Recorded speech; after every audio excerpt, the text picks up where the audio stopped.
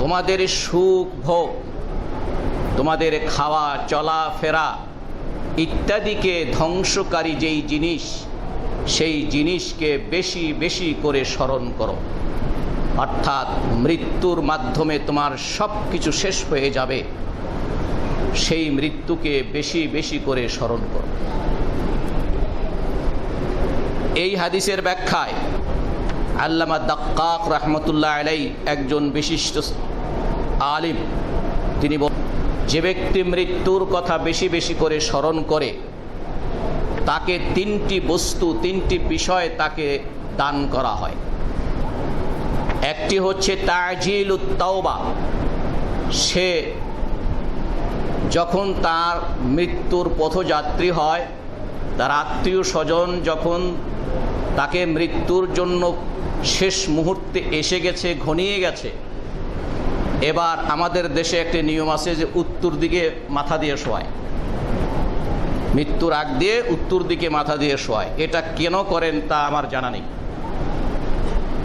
তো সেই সময় একজন হুজুরকে ডেকে নিয়ে এসে তওবা পড়ানো, এই যে তওবার এই যে বাস্তব অথবা বাস্তবতার কিছু অংশ আমাদের সমাজে আছে, যে ব্যক্তি মৃত্যুর কথা বেশি বেশি করে স্মরণ করবে তিনি তার তওবাটা এই দিনের জন্য অপেক্ষমান রাখবে না, তিনি দ্রুত তওবা করবেন।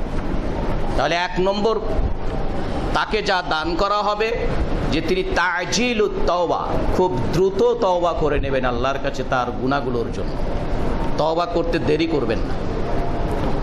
দুই নম্বর হচ্ছে ওয়া কিনাআতুল কলব, হালাল উপায়ে জিন্দেগি জীবন যাপন করার জন্য আল্লাহ পাক তাকে যা দান করেছেন, আল্লাহ এবং আল্লাহর রাসূলের পদ্ধতি অনুসরণ করে এই পৃথিবীতে তার চলার জন্য আল্লাহ তাকে যা দান করেছেন সেটা নিয়ে তিনি তুষ্ট থাকবেন।